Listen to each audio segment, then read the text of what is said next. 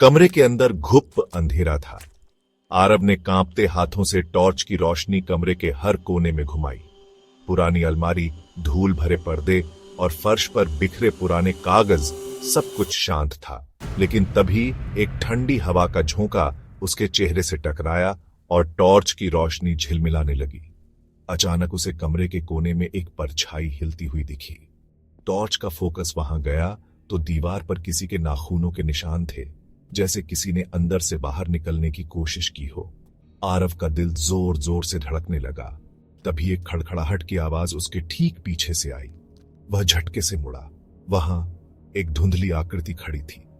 सफेद फीकी आंखें, झुलसे हुए बाल और चेहरा इतना विकृत कि पहचानना नामुमकिन था। आकृति धीरे धीरे उसकी तरफ बढ़ रही थी। आरव के पैरों ने जैसे काम करना बंद कर दिया।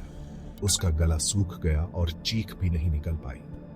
आकृति ने फुसफुसाते हुए कहा, तुम लौट आए। क्यों? आरव की यादें बिजली की तरह उसके जहन में दौड़ गईं।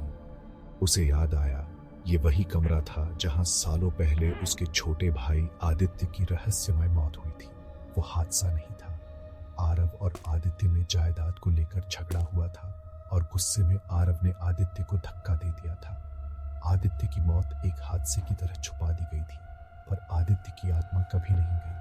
अकस्मात कमरे का दरवाजा जोर से बंद हो गया।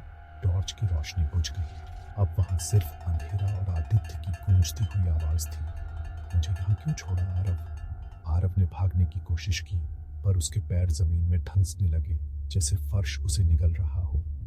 उसने अंतिम बार चीखने की कोशिश की, पर उसकी आवाज खुद में ही गुम हो गई। अगली सुबह घर एक बार फिर से वैसा ही सूना और वीरान था। आरव का कोई नामो निशान नहीं था। सिर्फ उस कमरे में दीवार पर खरोंचों के नए निशान और एक फुसफुसाती आवाज, वापसी मत करना।